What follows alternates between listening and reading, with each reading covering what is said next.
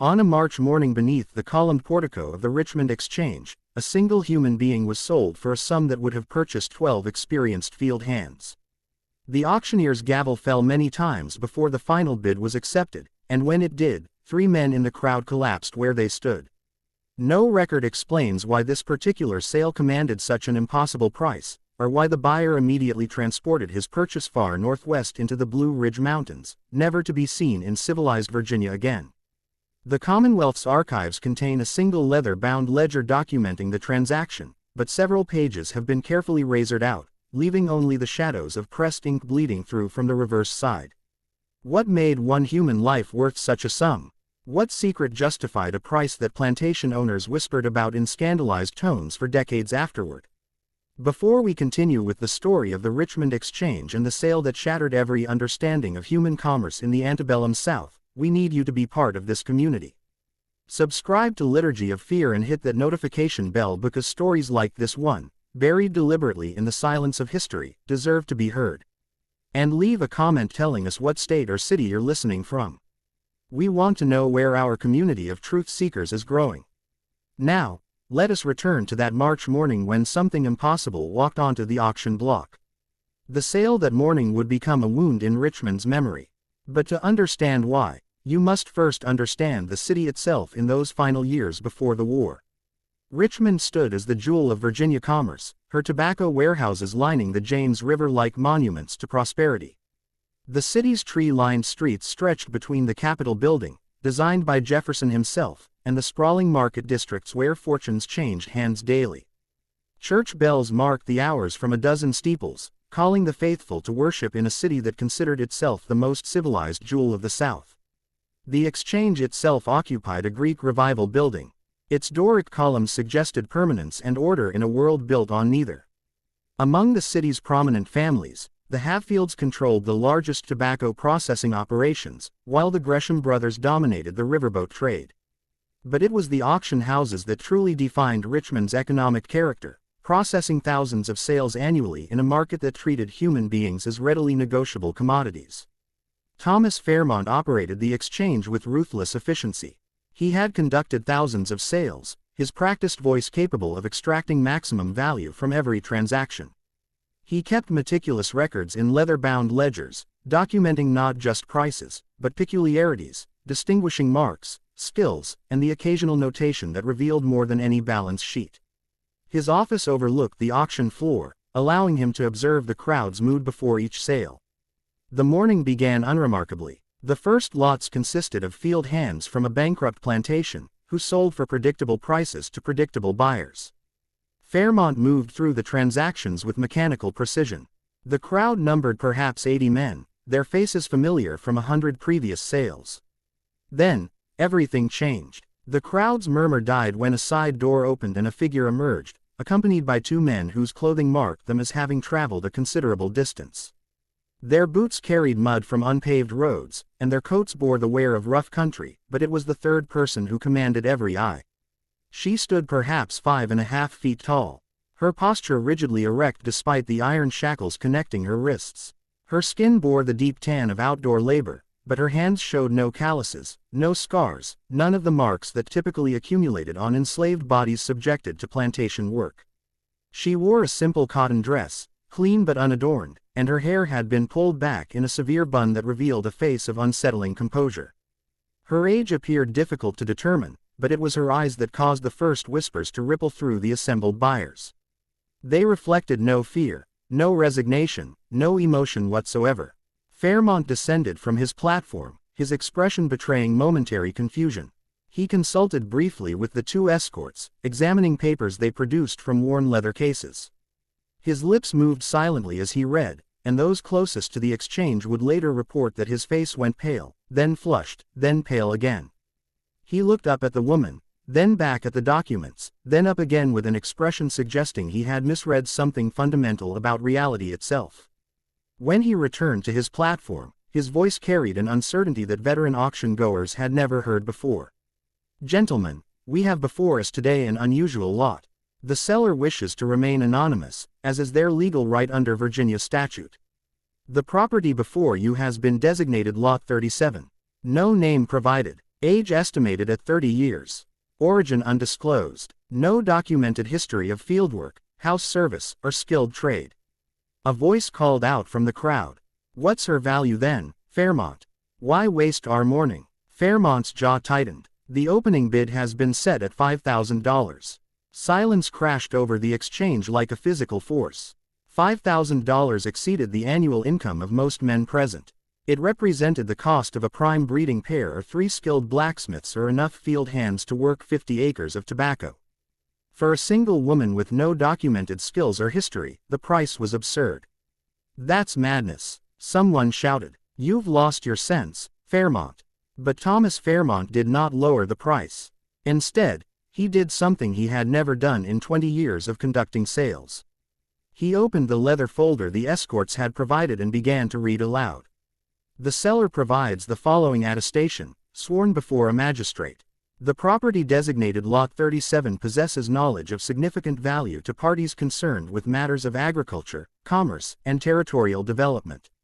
Said knowledge has been verified through demonstration to 3 independent witnesses whose signatures and seals appear below. The purchaser will receive, along with the bill of sale, a sealed letter containing specific instructions for extracting said knowledge. The seller guarantees the accuracy of all information obtained through proper application of these instructions. The crowd's confusion deepened into something approaching anger. Men began shouting questions simultaneously. What knowledge? What demonstration? What instructions? Fairmont raised his hand for silence, then continued reading, his voice growing quieter with each word. The seller further states that attempts to force disclosure through ordinary interrogation will prove futile. The property has been conditioned through methods both legal and effective to reveal information only under circumstances detailed in the sealed letter. The seller accepts no responsibility for consequences arising from improper handling of the property or failure to follow provided instructions. He looked up, his face grave. The opening bid remains $5,000. Do I hear 5,000? For a long moment, no one spoke. Then, from the back of the room, a hand rose. The man attached to it wore the plain clothes of a Western Virginia farmer, his face weathered by mountain winds. 5,000, he said simply. 5,500, came another voice, this one belonging to a Richmond merchant. What followed next would be discussed in hushed tones for years afterward. The bidding escalated with a speed that defied every convention of auction economics. Men who had come to purchase field hands found themselves competing for something they could not name, driven by the guarantee of knowledge so valuable that someone would swear to its worth before a magistrate. The woman on the platform never moved, never spoke, her eyes fixed on some invisible point beyond the assembled crowd. As the bids soared higher, only 4 bidders remained. Then 2, the Western Virginia farmer and a man whose identity nobody present could determine, his face shadowed by a wide-brimmed hat, his voice calm despite the staggering sums he proposed. The farmer's voice cracked as he named a final, desperate figure. The stranger replied without hesitation, naming a sum that exceeded the value of most working plantations, land, buildings, livestock, and enslaved workers included. For a single human being, it represented a price beyond all reason. The farmer stood silent for a long moment, his face twisted with something between anger and despair. Then he turned and pushed his way through the crowd, disappearing into the March sunlight.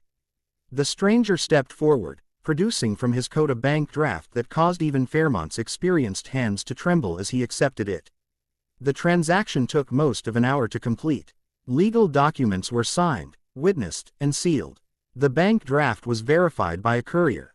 And when everything had been formalized according to Commonwealth law, Thomas Fairmont handed the stranger 2 items: a bill of sale stamped with the exchange's official seal, and a sealed envelope bearing a wax impression of a symbol no one present could identify.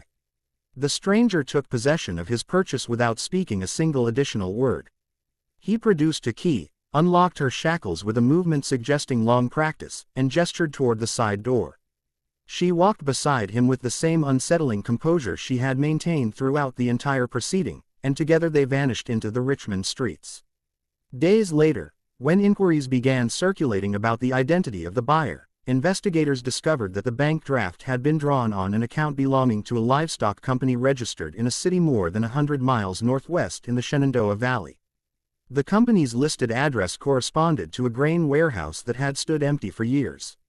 The magistrate who had supposedly witnessed the seller's attestation could not be located, though courthouse records confirmed his seal was genuine. The three independent witnesses mentioned in the sworn statement were never identified, and the woman who had sold for such an impossible sum was never seen in Richmond again.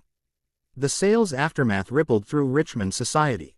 Within a week, Thomas Fairmont closed the exchange for several days, citing personal illness. When he reopened, he refused to discuss Lot 37 with anyone. Fairmont's ledger entry for that day occupied a full page, unusual for his typically brief notations, but when a curious clerk attempted to examine it more closely, he discovered that several sequential pages had been removed with surgical precision, leaving only the faintest impression of text bleeding through. Rumors multiplied with the speed that characterizes scandalized communities. Some claimed the woman possessed knowledge of buried gold, though no one could explain how an enslaved person might obtain such information. Others whispered about stolen plantation account books, documents that could ruin prominent families. A tavern keeper swore he had heard the woman speak in a language nobody recognized. The most persistent story involved the sealed letter. According to this version, the instructions detailed a specific ritual involving isolation, darkness, and questions posed in a particular order. The woman would answer only if these conditions were met exactly, and her responses would reveal locations of something valuable, perhaps mineral deposits or forgotten land surveys. But the stories that gained the most traction involved the three men who had collapsed during the auction. One, a tobacco factor, recovered consciousness within minutes and departed without explanation. The second, a riverboat captain, required assistance to reach his home, where he locked himself in his study and refused visitors for a week. The third man was carried out by friends and never appeared in Richmond society again. The most intriguing development came weeks after the sale when a Richmond Dispatch reporter named Charles Whitfield decided to investigate. Whitfield was known for his tenacity. He began by examining courthouse records, searching for the magistrate's attestation. He found the seal impression, but the corresponding document had been filed in a section restricted to judicial review. When he pressed the court clerk, he received only a cold stare and a warning. Whitfield then traveled to track down the livestock company that had provided the bank draft. The warehouse at the registered address stood empty, its door secured with a chain and padlock that showed fresh scratches. When Whitfield questioned neighboring business owners, he received contradictory accounts. The trail went cold until he received an anonymous letter. The envelope contained no return address. The letter itself consisted of 3 sentences written in elegant script. The knowledge she carries could redraw maps. Some borders exist only in men's minds. Stop searching before you learn which category you occupy. Whitfield published a carefully worded article titled The Mystery of the Richmond Exchange. He described the unusual sale, the astronomical price, and the sealed letter, but he drew no conclusions. The article generated modest local interest, but no significant response. 3 days after publication, Charles Whitfield failed to arrive at his morning shift. His landlady reported that his room appeared undisturbed, but Whitfield himself had vanished. A police investigation produced no evidence of foul play.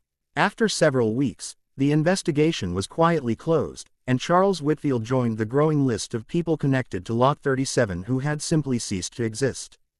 The years that followed brought war to Virginia, transforming Richmond into the capital of the Confederacy. The exchange building served as a military depot, then stood abandoned. Its auction floor silent, its records boxed and stored in a courthouse basement where they gathered dust. Thomas Fairmont died a few years after the war, his estate passing to a nephew.